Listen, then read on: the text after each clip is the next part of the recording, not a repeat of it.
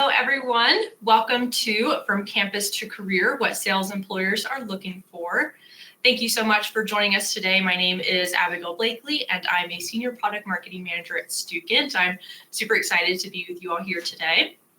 As we begin, I want to encourage you to use the chat on the right side of your screen. Go ahead and start by sharing your favorite TV show or movie that you've seen this year, or if you're not a TV person, maybe a favorite book that you've been enjoying. I'm sure a lot of us have already seen the Deadpool and Wolverine movie. That one was really awesome.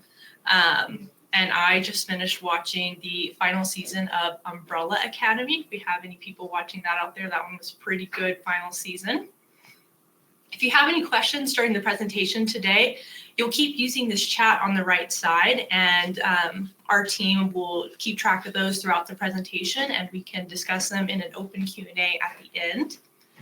Our amazing team is super excited to chat with you all and have such a great presentation today. If you can't stick around for all of today's session, don't worry. We plan to share this recording with all attendees afterwards. We do have two great speakers with us here live, so stay tuned and get some awesome tips that you can use in your course with your students this semester. For those of you with questions throughout today's event, again, we'll be tracking those and having an open Q&A at the end. As a special gift for everyone attending today, we want to offer you free instructor access to our professional selling and advanced selling and sales management courseware and Simternship. These bundles are a comprehensive package featuring more than 100 instructor and student resources, including a groundbreaking simulation, its continuously updated courseware, and a wealth of engaging assignments and auto-graded quizzes. Everything is designed to seamlessly integrate theory with real-world experiences and equip students with the skills and confidence needed for success. So go ahead and click on the link below to request your free instructor access. While you're taking a second to request access, let me introduce you and welcome Donald Kelly and Amari Gonzalez to the stage. Amari Haywood Gonzalez is an integrated marketing manager at LinkedIn Sales Solutions. He works on driving awareness for LinkedIn Sales Navigator, a tool used by sales professionals to identify and connect with their target audience at scale by leveraging data from LinkedIn's network of over 1 billion members and 63 million companies.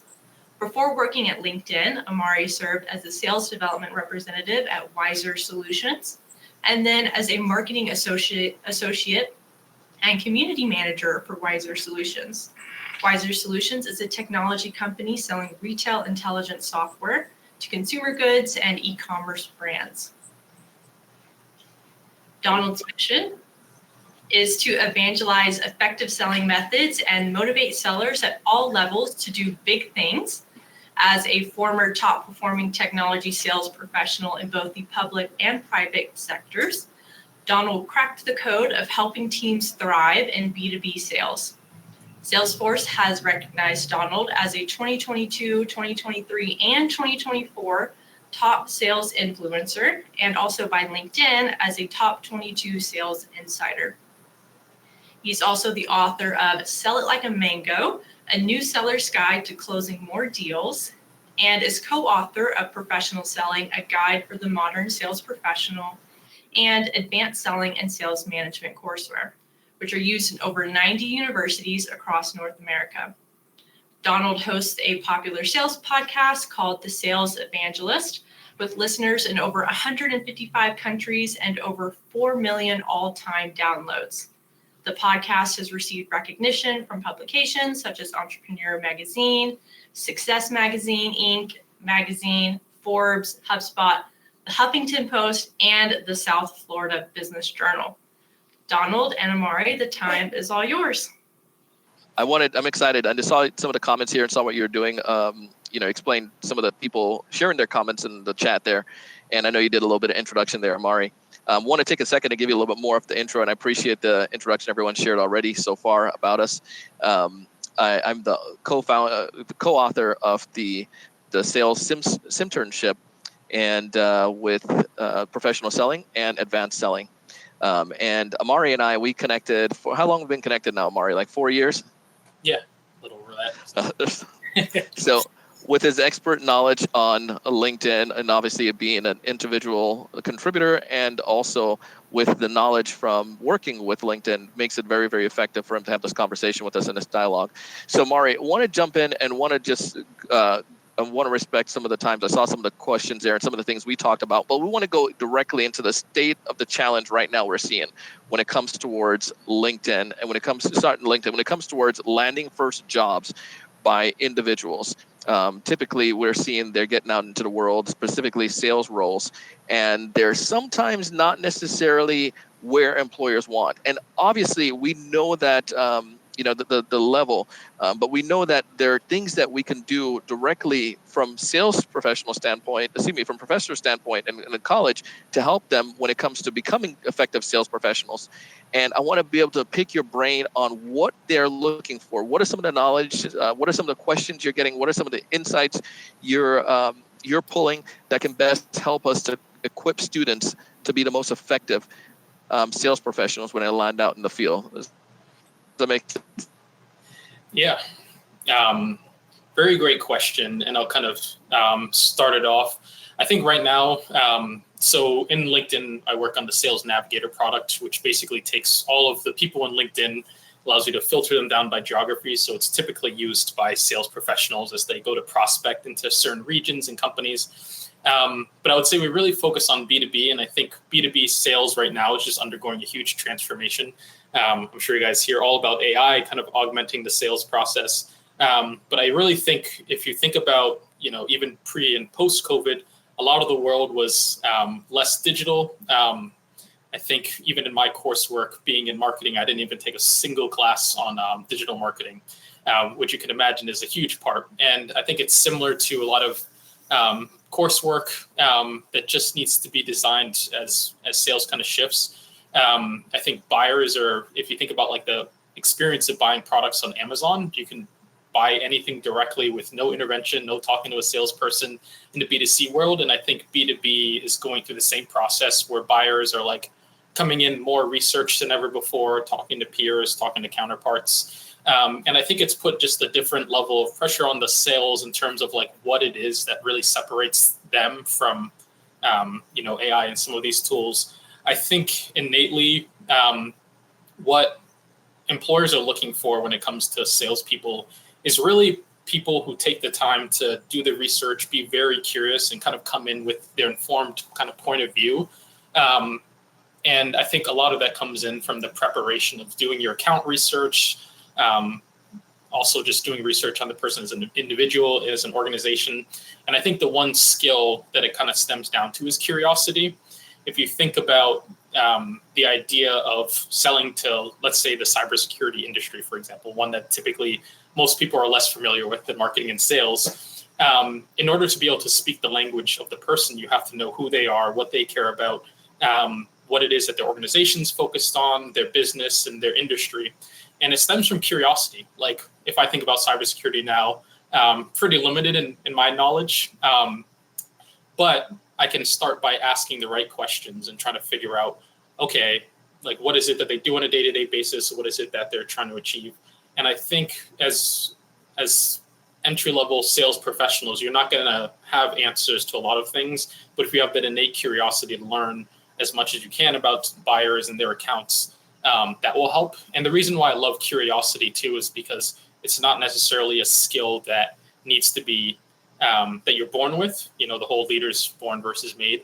But I think it's something that can be developed, even starting as early as high school, but definitely in university as well. So that's one thing I think about, buyers really want people that really care is really the question. And I think a lot of the wrap of sales, if you think about used car dealers and such, which is what many students' perception is, that they'll sell anything to anybody just to get a deal. And I think the future of sales is really, hey, if I'm going to spend time talking to a salesperson, they need to be more knowledgeable and have insights that I couldn't just get on google.com, for example.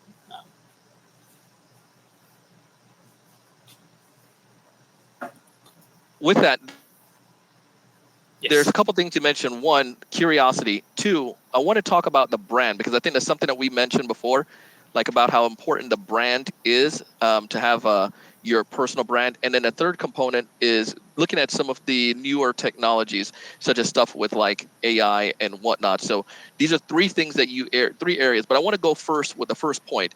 It takes time. You got to take action, right? When it comes towards your brand, you got to start building that brand right now as an individual, because when employers are looking for sales professionals or they're looking for people to hire, they want to make sure somebody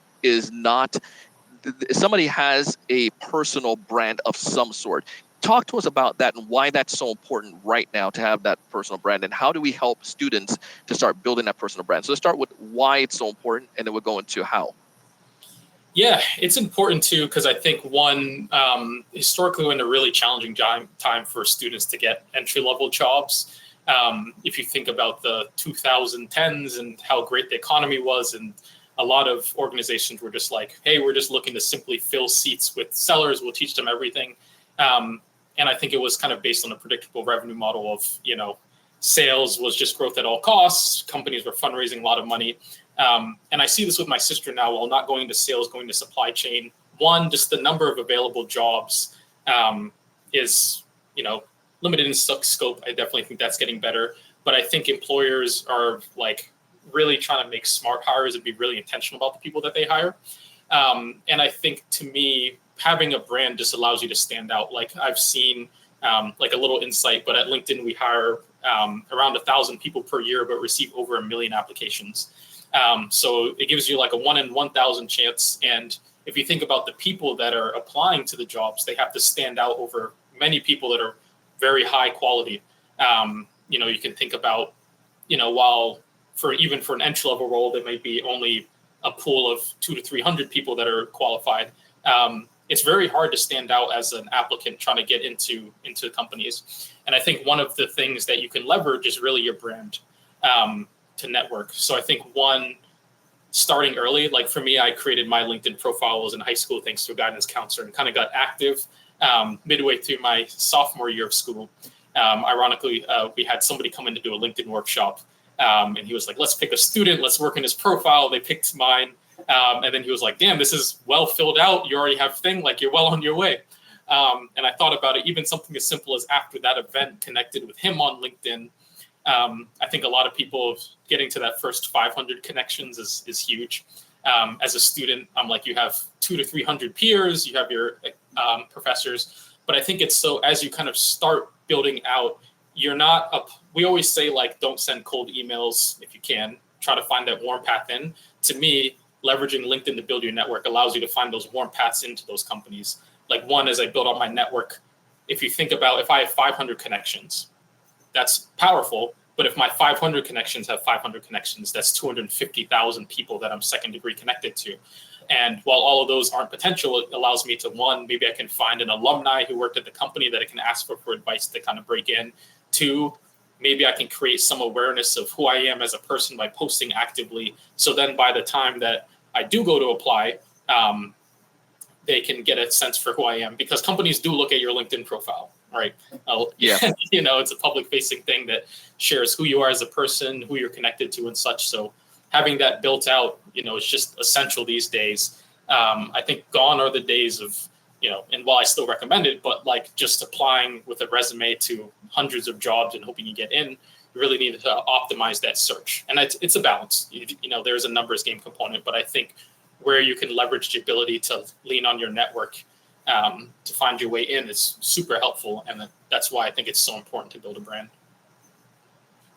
The second component with that too, and I know you hit on it there about how the employers are obviously, it's going to help the sales professional to have that whatever job to get into. But on the employer standpoint, the way the name of the game is right now, even on a webinar that I did earlier this morning or audio live, one of the things that we noticed is that the easiest way to get a hold of a prospect right now is through some kind of social platform, or other than the email. Since the pandemic, people have received, and I repeat the stat over and over and over again, I think it came from Salesforce, State of Sales, or maybe something that I read through LinkedIn community, but it was email outreach has gone up by 50%. So the buyers, people are getting more and more email, but then email reply has decreased by 30%.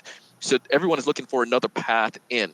And when you can, and instead of us having a new hire coming in and we have to teach them everything about how to use a digital platform, they're at a disadvantage at that point. But you can make them at an advantage when they have that network, like you're saying already. It's almost like they're not bringing a book of business, but they're bringing people that they already know, and they can have they have an understanding how to use social, but be to apply that social in a business perspective. So one way that I've done this with my students as an adjunct professor at Brigham Young University, Idaho, I make them, and if you want to get access to that, you can let me know and I can send you that too. But I make them every single week, they're reaching out to people within their network as an assignment, and they're trying to make a connection. How can they creatively connect with that person and to make a connection in, so that they're not behind the eight ball when it comes to LinkedIn or just digital connection. They already have an understanding of how to master this prior to it. I had a student that actually landed a job because I gave that assignment to them, where she was able to connect with somebody. They eventually do an interview, one of those the industry interviews. They liked each other and they were able to get that job. And it was really exciting because it just shows again the power of it, and how they can have that. So that's amazing. If you want to get that, just send me a message. You can go ahead and let me know in the comments, and I'll send you the assignment that I give them every week. All right, so we got that. We know we're giving them some guidance now. We understand the importance of having the network, having your personal brand, and that's one thing that no one is going to take away from them. That personal brand, the average person stay in a role. What's it now, Mari? I'm not sure if you got the data on that, but I saw something that was like 24 months or whatnot, so 2 years in a position. Yeah. They're switching position. Is that what you're seeing? Is that something else that you guys, any data you have on that?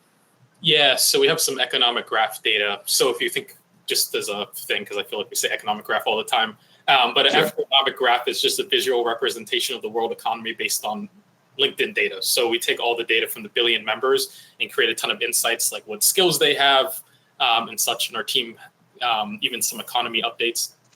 So yeah, the average professional changes jobs every like 2 to 3 years, which is crazy if you think about it in retrospect. That's been a huge shift too, but I mean, a lot of it now is like companies not per se giving out pensions. A lot of times you make more money switching jobs and careers. So yeah, it's about every 2 to 3 years. Once you see someone over 3 years in tech, you're like, oh wow, they're a veteran. The dinosaur. so because they're switching jobs again, that digital, that real estate, they can take with them wherever they go. So if you can do one thing for them, get them to start building their personal brand. And if you have questions with that, go ahead and drop it in the comments. Let's go to 2. You started talking about this curiosity. Sales leaders want individuals that are curious. Why? Yeah, because I think it's innately, nobody is born good at sales. I mean, speak for yourself, man. I was going to say, maybe McDonald's, the kids who have the lemonade stands, 5, 6 years old. Selling mangoes. There you go. So that's a little bit of a statement. But I do think sales is one of those skills that really you just have to learn by doing. And I think that curiosity is just really about just understanding the people that you're selling to, and just helping buyers come to their own conclusions. Because I think at the end of the day, no matter how knowledgeable you get, it's really, as a seller, you're like, there's so much more to learn. And as a buyer, for example, me working on influencer marketing, for example, I don't know more than I do know about influencer marketing, even working with Donald. And I think the curiosity is just opening my mind up to ask questions like, what don't I know and how can I find those resources to answer it? If you think about sales, the person that that is selling is often facilitating a lot of stuff on the back end. Like you may have a sales engineer who's like, hey, can we actually deliver on what we promise for our buyers? Like I think of a sales engineer in a car sales standpoint is like, will the car functionally work for the buyer? Like, how many miles do they want, et cetera. So I think a lot of times it's really the seller has to like know how to involve the different people internally and manage customer expectations at the same time.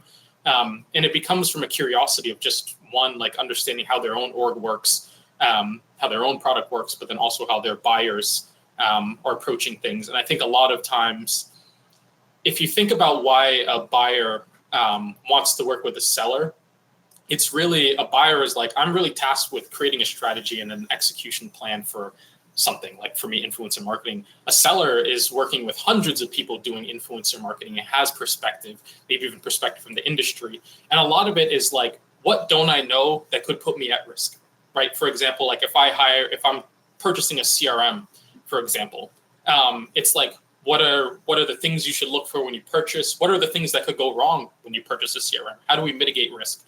Because I think right now we're in a day and age where, especially buying technology, a lot of companies are hesitant to buy the wrong product, because if I'm an executive, I buy the wrong CRM, that could be my job. So a lot of people are trying to de-risk their situation. And I think curiosity is a skill to just continuously ask questions that help de-risk things for your buyers and make them more confident in the purchasing decision.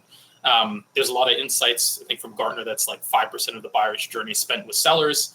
But what's interesting is there's also another stat, like, most people want a buyer or seller-free experience. But there was another one that actually said that people who purchase tools without talking to sales actually have higher purchase regret than those that don't.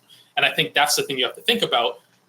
It's like they may buy something without talking to a seller and think they're good, but they might actually regret what they purchased. Oh, damn, I didn't realize that the implementation process for a new CRM would take 3 months. I thought it would take 1. But had I talked to somebody, I would know that. So I think that's a huge thing, is helping de-risk, and that comes from curiosity. Mario, real quick, we have a lot of professors on this call. So those stats and stuff that you gave, is there a way you can share? I know that Gartner report, and I've seen something about it before. I don't know exactly the source. Would you be able to maybe get that? We can send it out later on in the email, recap email. Yes. So I'll send 3. Yeah. 1, 5% of the buying journey being spent with sales.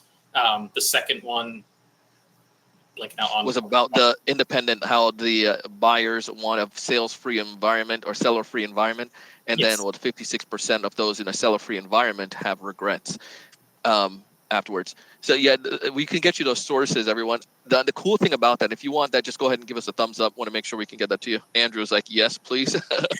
Celebrating that. But here's when you analyze that, the reason why we say curiosity, and in my role, what I do, I consult with companies. So they'll hire me to help build out their sales process.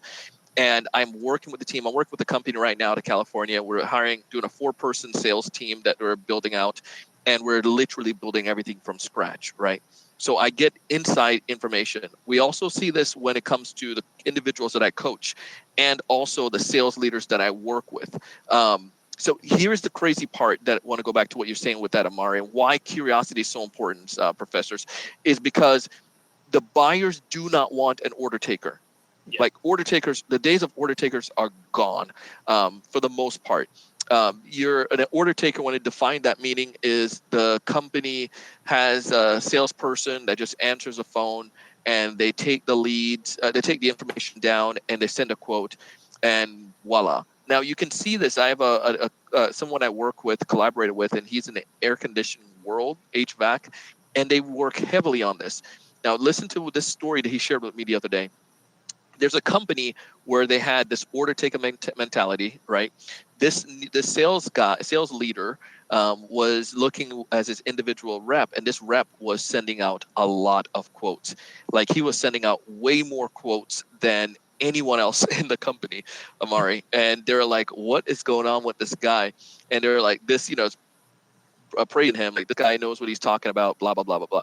But then once it came to realize, the employer, the sales manager at the time decided that he was going to do just sit along and to do some coaching. And when he sat down with this individual, it's like, how are you sending out all these quotes? It's like, one of my top clients, every week they ask for a new quote. They're often. So I've sent out 50 quotes to them already. He's like, holy moly.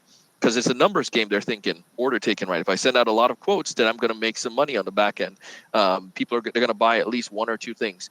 Well, come to find out, it was an architecture firm. And what this architecture firm was doing, they were just looking at the different quotes, the different AC units, so that they can help to put in their plans, and also the cost of those things. They have no intention of ever buying an AC unit.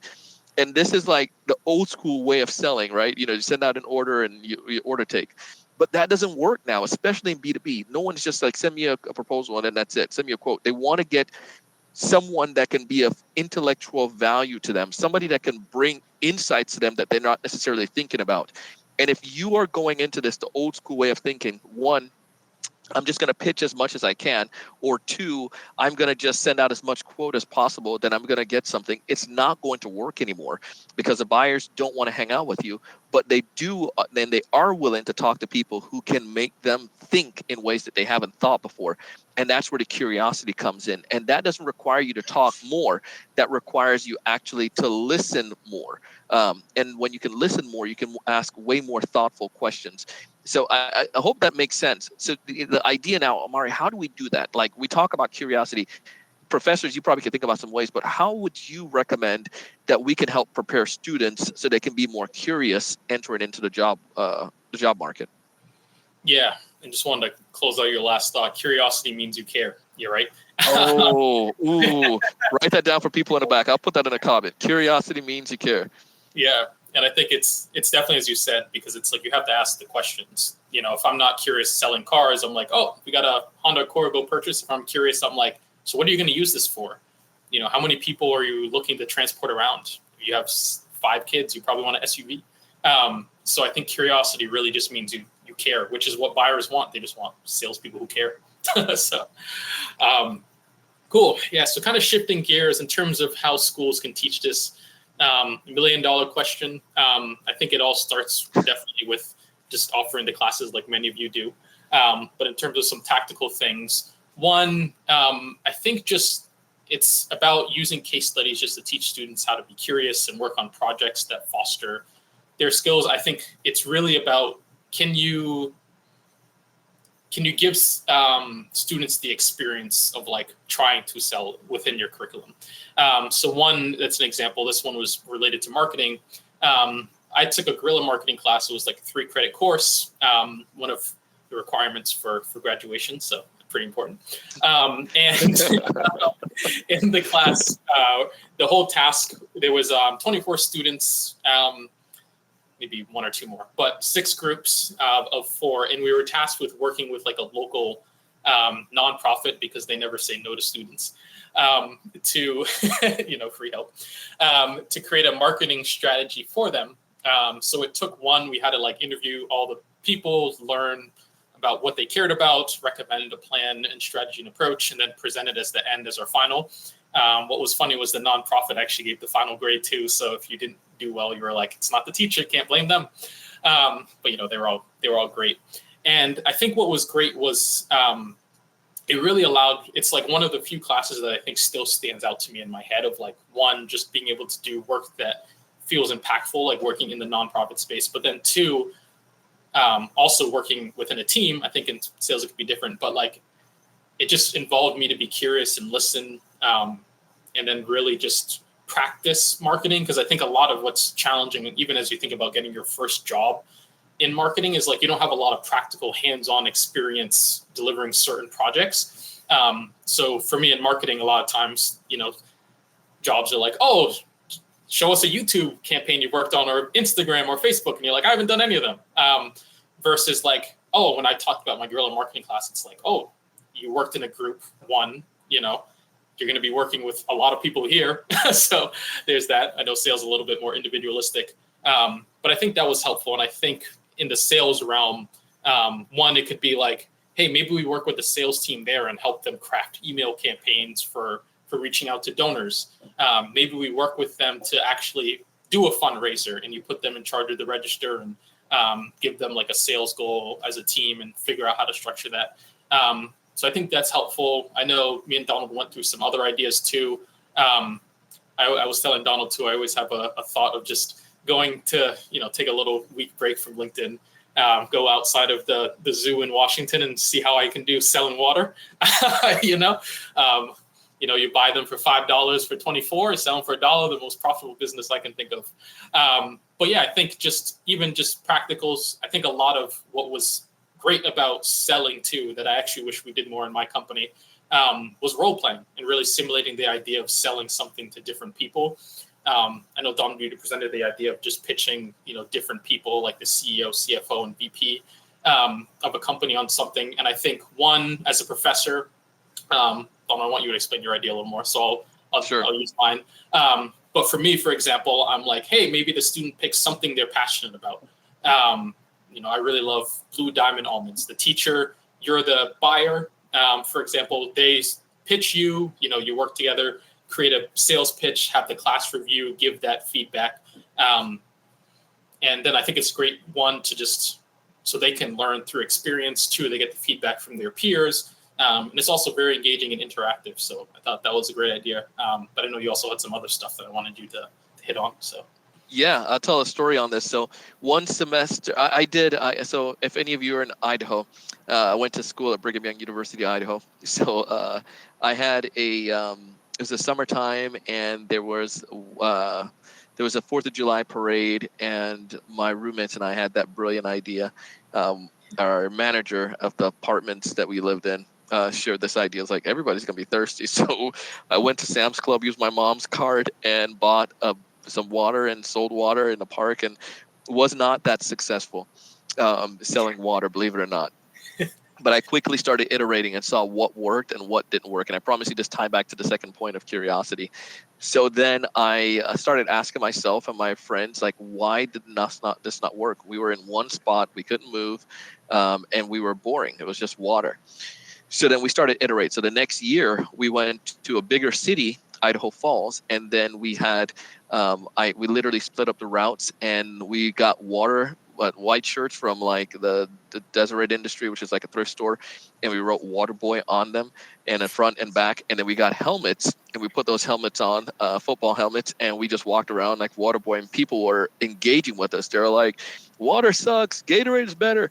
And we made money. We had two, one on each side of the road, and we had 4 of us, so 2 at the other end of each of the parade line. It was great, and it worked. But here's what started happening when it come back to the curiosity. We started to ask ourselves some of those things, and then we started going deeper with it. So I always love playing with that water example. So, but then it went even further than that when it comes to curiosity and how buyers are looking at sellers these days.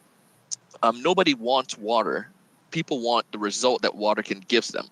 And if we can help them with a simple idea like this, it makes it even better if they're selling like complex machinery or software or whatnot. So in my class, what we started to do one semester is we do it every semester now, where we sell water. So I have a water bottle, and I present to them a fictitious company. Well, it's a real company, my company, but then also fictitious situations. So we don't have 200 employees, but I tell them the company is 200 employees. We have 4 floors in a building. We have 50.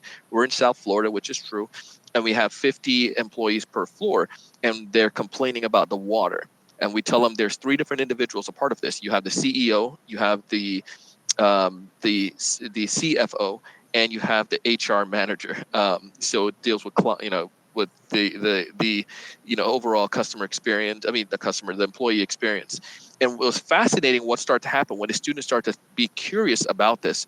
They start to create like value proposition based on the individual. So why would a CEO want what's for this situation with the CEO? If you're going to pitch the CEO, is she going to be caring more about the water, the taste of the water, or what the water can do for her as a profit? And we started analyzing some of these things.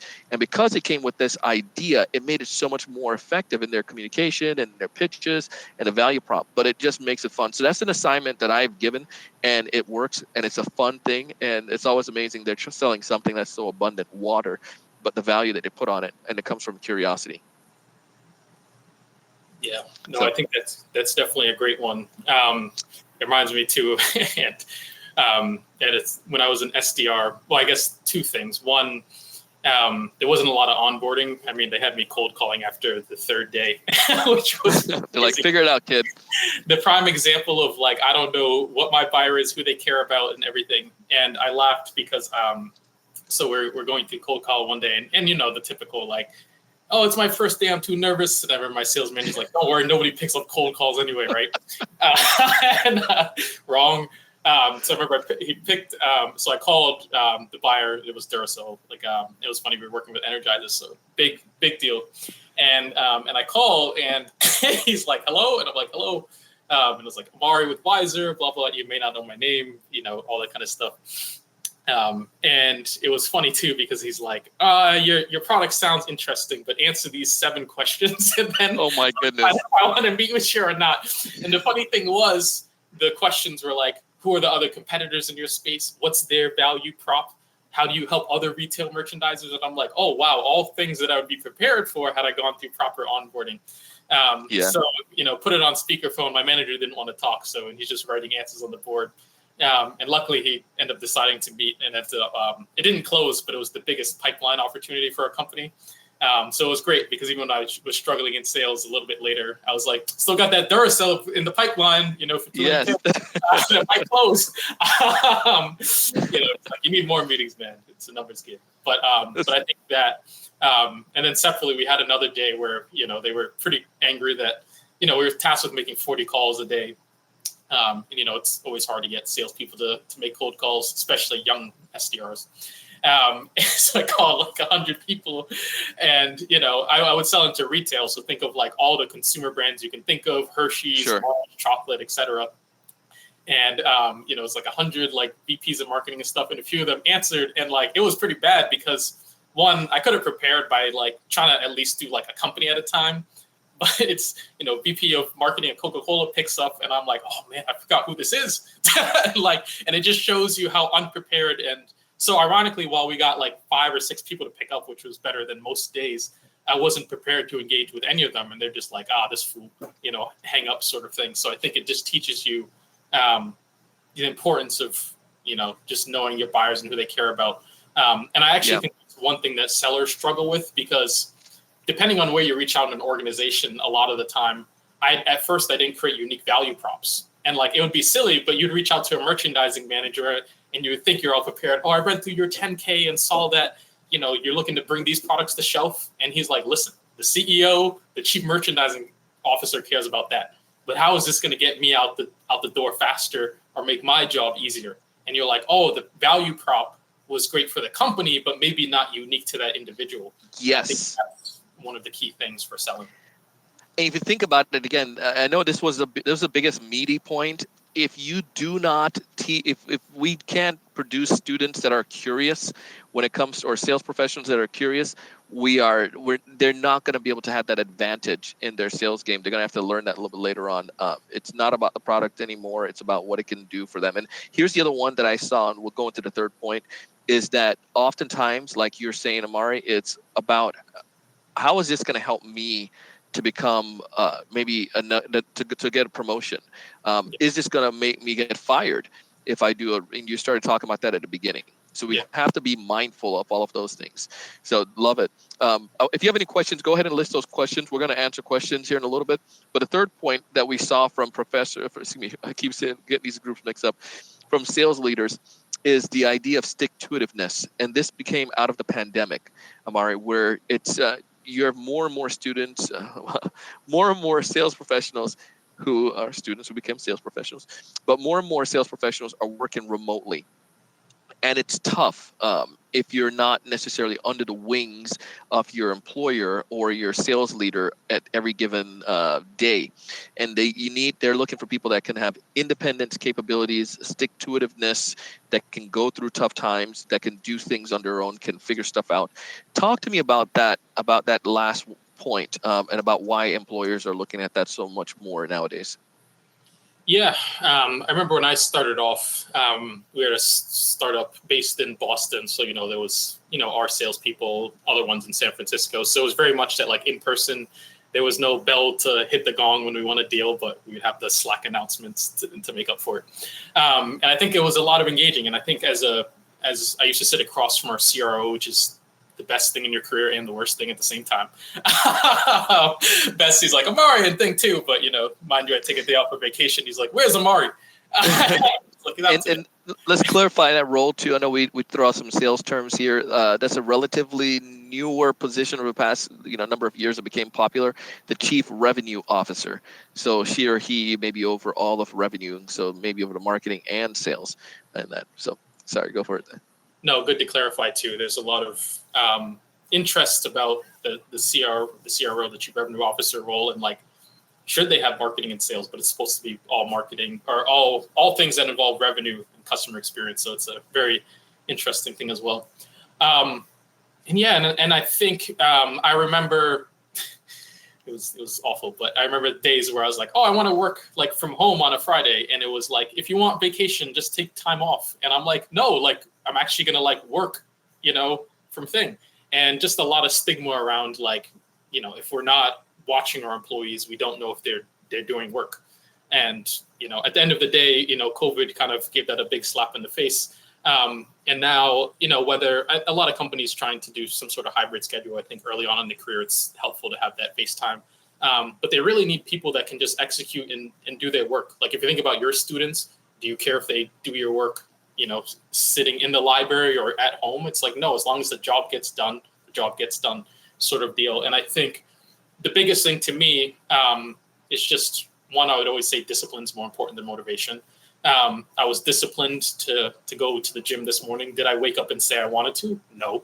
I was like another hour of sleep and things like that. But I think a lot of the ability to work independently, one, some of things that I think young professionals struggle with is one, how to take care of themselves. Like it's very easy to get caught up in, I work 40 hours a week. Like that's a lot of time. And you need to find, I think a lot of the times we think like, oh, I need to take a month sabbatical and, go explore the rainforest. And it's like, no, you have to learn how to like manage your day-to-day work, still get the tasks you need to done, but finding those activities that rejuvenate and excite you. Like me, I love playing pickup basketball. So I have that. And I'm very intentional about like, hey, if I got to play from 6 to 8 Monday and Wednesday, I have to be very intentional about how my day's structured, and not allow things to get carried over unless they're absolutely urgent. I think the second is planning independently. I mean, these are skills that everyone struggles with, but just how do I manage my own time, I think is the biggest thing young people struggle with, especially a lot of the times when you're at the lower end of the totem pole in the careers, even though some companies are flat and vertical. A lot of asks, hey, can you help me with this project? Hey, can you help me with this? Hey, can you help me with this? And even for me, that was something I struggled with a lot of the time because I was on LinkedIn all the time. And when I first started, people were like, you must be looking for another job, all this stuff you're posting on LinkedIn. And I was like, no, look at this. This is prospecting plays. This is how I build in my cadences. 2 years later, they're like, walk us through how to use Sales Nav, all your LinkedIn plays. And I was like, that is, you know what I mean? Crazy how things change. But I think just like a lot of how to structure your day, how to say no is huge. Like I'm at the end of the day as a seller, I'm like, if I hit my quota, I'm good, right?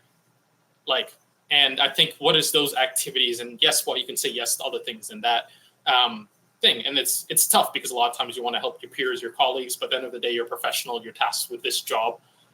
Like nobody cares, if Microsoft doesn't expand into streaming services, if they hit their revenue goals as an organization. So I think of it like, what are those things that that your company expects and needs you to do and wants? And I think a lot of the times it really stems down to saying no, which is very tough. And then I think last, just completing difficult tasks. Like, listen, sales isn't easy. Cold calling's tough. People find their way around. You get your motivational music. You call a friend before your call block, like all those kind of things, which I think becomes more essential as you're working remotely and lose a lot of that surrounding yourself by peers that energize you. Even things as simple as like sometimes I forget to eat lunch on time because it's not everybody in the office getting up at 12 o'clock in the afternoon. And I think those are the things that people struggle with. And the reason why those are so important, I think, to teach critically is because to me, there's the concept of time management, but I actually think it's energy management. So if you think about your day, like you only have a certain amount of energy, right? Like it's like a gas tank. It's like you start on full and you end on empty and then sleep and recharge. Certain things use more gas than others. And you have to think about like, what is the things that use the gas and when am I most mentally available to do those things? Like for me, I always like to get the first cold call out the way as early as possible, because if it goes bad, it's over. If it goes good, then I'm on a high all day long, right? Some days, you don't do it. Some days you do. But generally the days I do, you feel better. Yeah. But I think it's, just time and productivity management or energy. So. I know exactly what you mean on that one. I'm a morning person, so I like to get my things going and early, get that music, get that run, or whatever you're gonna do, and take care of some of those heavier items. Yeah, definitely, hit that cold call early, get them going. So there's another component. I mean, everything you shared, I believe very strongly, and I just want to amen that. There's the idea of one, ensuring that you can work independently. The job gets done no matter what. The job's getting done. Number two is then ensuring that you're planning effectively so you can have those have those days and your things organized. And then three, just the mental side, taking care of yourself mentally. I probably switch those two around, but the whole concept there is, as a sales professional getting out into the field, those are some critical things. So how can we as as students help, as professors help those that we're working with to be prepared for that? And I think the biggest components, like I see college do this in a great way with group assignments and then also independent assignments. I think we found this to be. I've seen a bigger shift go towards a lot of the group projects. I try to give my students a balance of both, where they have groups at work and they have some individual projects that they need to work on, because I recognize that they're going to need to do some stuff on their own. And I try to encourage them to use AI as much as possible. So I hope that I don't get anyone offended because of that. But I know they're going to use AI. They're going to need to use AI. But I don't make my assignments that it's like, okay, they're only using ChatGPT and it's finishing the assignment for them. No, I want you to use ChatGPT. So I adjust the way the assignments are. I'm not going to give you, answer these questions assignments. I want you to think critically. I want you to come up with some ideas. I want to do some role plays and some practice. So it might be, you need to research these companies and I want you to come with some points and we're going to do role play on this stuff. So then now, yes, they're going to work on some stuff on their own, but then, and they can use AI to be able to help them, because we need them to be able to understand and competent with AI technology so that they can be more effective in their professional world. So yeah, that's my little piece on that. But this was great, Amari. We have 10 minutes left. Any other major points? Because we probably can go and list like 5 more things that employers are looking for, but we wanted to whittle it down to like 3 that we felt that was most important right now. Do you any other questions that you have? Yeah, I was going to say, and I know you kind of hit it on the point. I do think school really does help prepare students for this, as you think about them doing their own assignments and their own work, and then the combination of groups. So like I think about my role, there's certain OKRs that it's like solely me to do, like, and create these 5 influencer campaigns, and FY25. Our fiscal year starts early in July. Yes. Follows Microsoft, but I think school does this, and I think a lot of it too is just that accountability towards projects being done. Is a big one. So definitely want to open it up for other questions, but I think you hit that point pretty well. Love it there. We have a couple of polls there. If you want to check on those polls in the chat there. One, have you begun integrating AI in your sales courseware? Yes, no, might soon. And then, do you have role play in your class? You can answer those 2 polls there. Now, might soon. Here, there's different stuff that you can do on it. There are different software you can take advantage of that are out there that they can use. AI doesn't, and I want to clarify that AI doesn't necessarily mean that they have to. It's just ChatGPT. There's different tools like we use AI to help us gather information in research phase. And there's a tool called, there's one, EvaBot that's out there. There's so many of them right now that are popping up. And it's not just give me an answer to a question, but it's helping to enhance the way the seller does their job. But we can, if you're, go ahead and send me a message. I can share some of those. There's a question that came in the chat and I want to answer that one.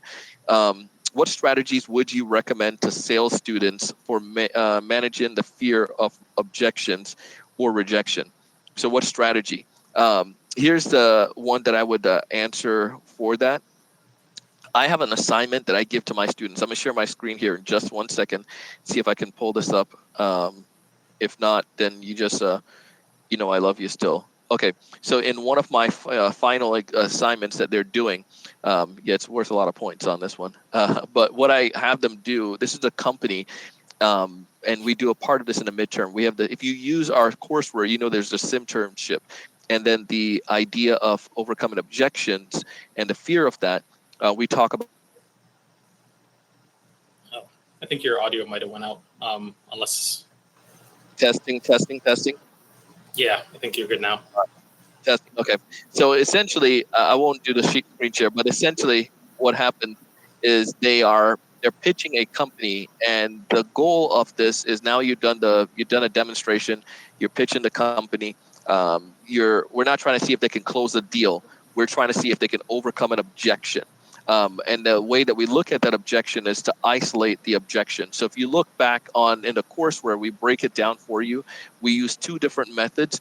One is the Socratic method, where we ask questions and we kind of, typically go back, tell me a little bit more, almost like that 5 why questioning process. And then the other one, this one is not necessarily in the courseware, but I teach this. It's called a menu, where you give the students a menu of, they give the prospect a menu of items. So Amari, you told me the price may be too high.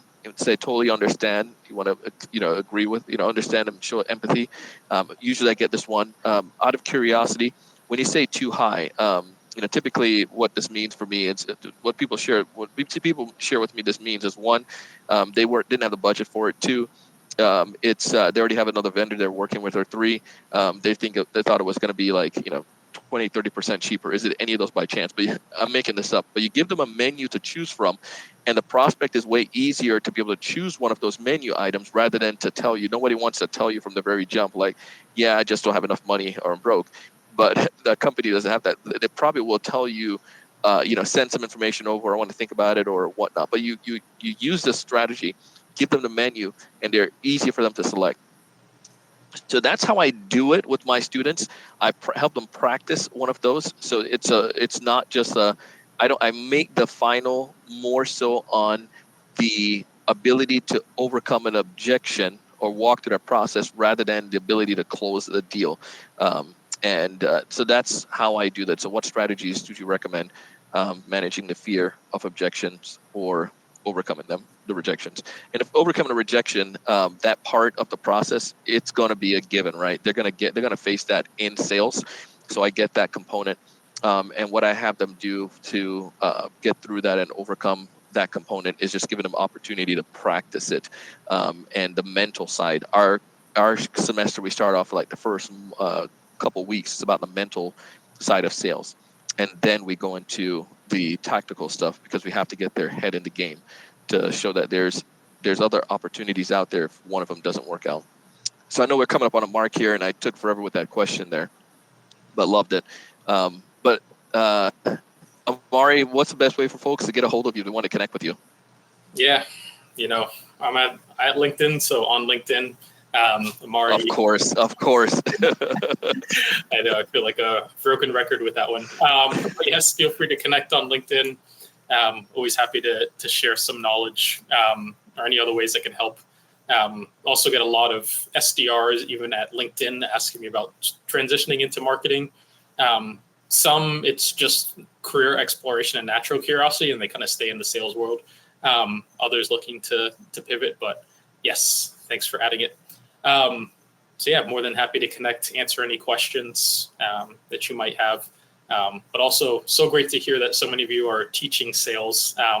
Wasn't offered at my school. I know it's definitely not a big industry thing, but it's definitely picking up steam. So clap, clap.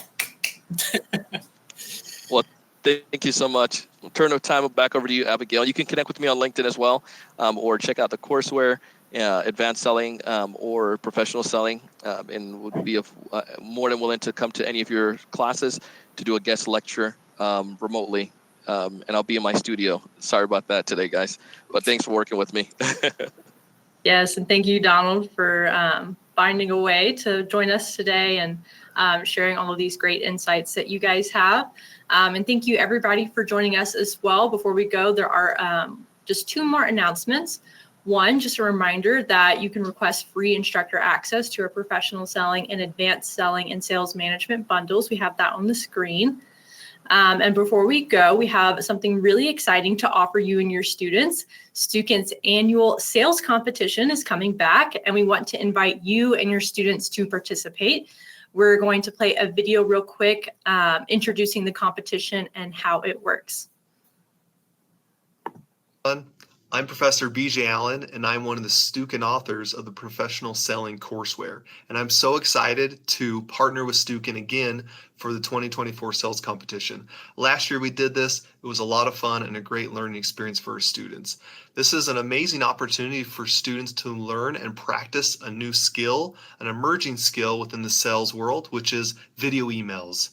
Now, maybe you're a student and you're thinking to yourself, I don't know what a video email is. Well, that's okay, because once you register, you're going to get free access to our chapter that teaches students a step-by-step process of how to do a good video email. Now, along with learning a new skill, you also are going to compete for prize money. The winner gets $500, the second place gets $350, and the third place gets $200.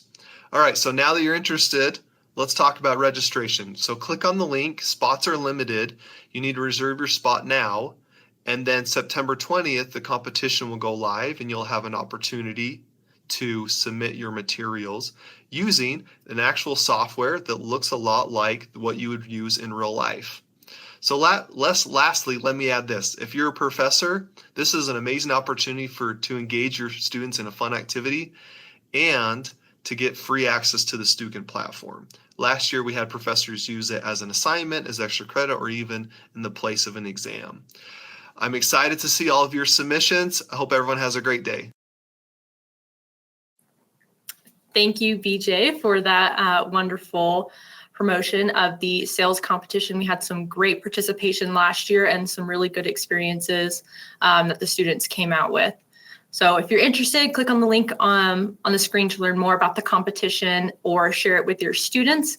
And thank you again, everyone who joined us today, for your participation in the chat as well. We'll be sending out all of the resources mentioned by Donald and the stats by Amari in a follow-up email along with the recording.